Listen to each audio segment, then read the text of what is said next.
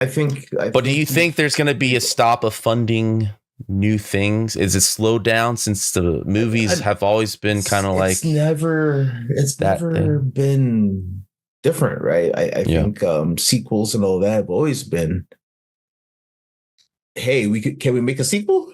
Can we do an established IP? Yeah. Has always been way more favorable than building your own IP, right? And it was indies that were like, oh no, we're gonna make our own IP, but then just making it for really, really, really cheap, right? Yeah. And so that kind of like the indie renaissance happened, all of that, right? But all the big companies, all the top 10 games, it's you're gonna look down the list, it's gonna be a whole lot of sequels and established IP, right? And very few new IP. There was like literally what was it? The Newzoo report talking about, who's making the money and all that kind of stuff, and playtime of the players and all that kind of stuff. And a large percentage of the playtime is the annual releases.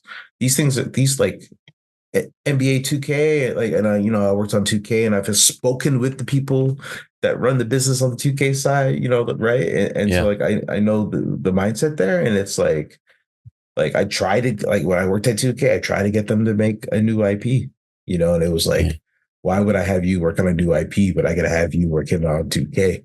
I know exactly how much money. It's a sure thing, yeah. I know exactly how much money I'm gonna make putting you on 2K. I have no idea how much money I'm going to make putting you on something. Right.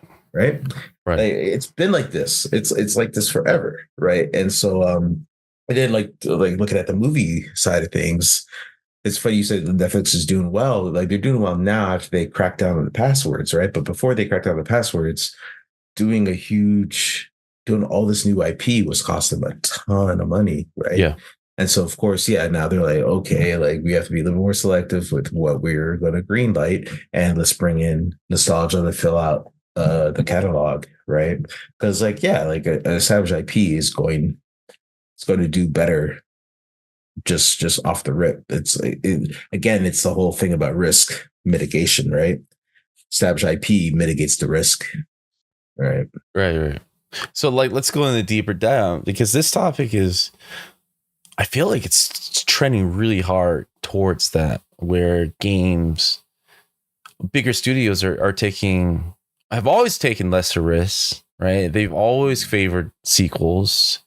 But, like, is there a point where, since they sized down so much, I mean, they laid off all these people, that remastering their hundreds of catalog, like, let's say EA for example, right?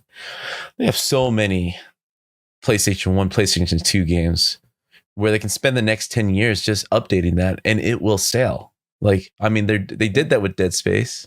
Please tell Capcom to do that with Power Stone. Please. I feel like they are. I mean, Capcom is leading the way of remaster. They're the king of remastering. Yeah, I have not seen a remastered Power Stone. Because they're killing it Resident Evil, and they're digging deeper in everything else eventually, right? And you don't even know what Power Stone is. You're just like, what's that? I play Power Stone, bro. Isometric 4-player battles. I played in the arcade, son. I love that game. It's my favorite game. Yeah. First of all, you're baiting yourself out because you said 4-player, and it was. I used to play 4-player. There's a 4-player game too. The first one was 2 players. The second one was 4 players. I'm talking about the best ones. I just want to point that out. I'm pointing out the best ones. All right. I can talk about shit or the best ones. All right. But, like, I do feel like we're following the footsteps of Hollywood, and at the same time, it'll allow. I mean, it's always been that way, right? But it's going to be more so that than ever. These smaller teams with finding, like, great success, smaller budgets, lower risk, having the patience, the audience are more sympathetic. Or get more excited, right? When you hear smaller teams doing visually impressive things, right? and it plays well, right? Like you said, like people just want to check it out because they heard that it was made by a small team. Like that is a selling point now. I think because it probably carries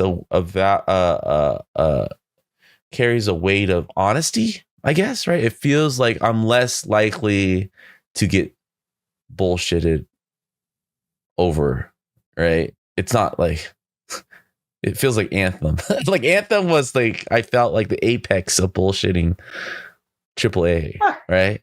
I felt like that. It felt like the height. I felt like it was the height of like that trend of big bloated marketing, big bloated promises, and then just falling flat on its face, right? With everything. And then since then, I feel like it's just been just this like fast decline of trusting bigger studios. And I don't know. I don't know if it's a good thing or a bad thing. I like if it's a big team, like, do I want them to take less risk? Probably. No. You think so? Right? No. What do you want? I mean, big risk means layoffs. That's what it means. Well, it just means better products. Yeah, but we've been a part of those big teams, man. Right. We've seen so many products get watered down so hard. Well, no, and that's bad. Yeah, that's what I'm saying. The vision is lost.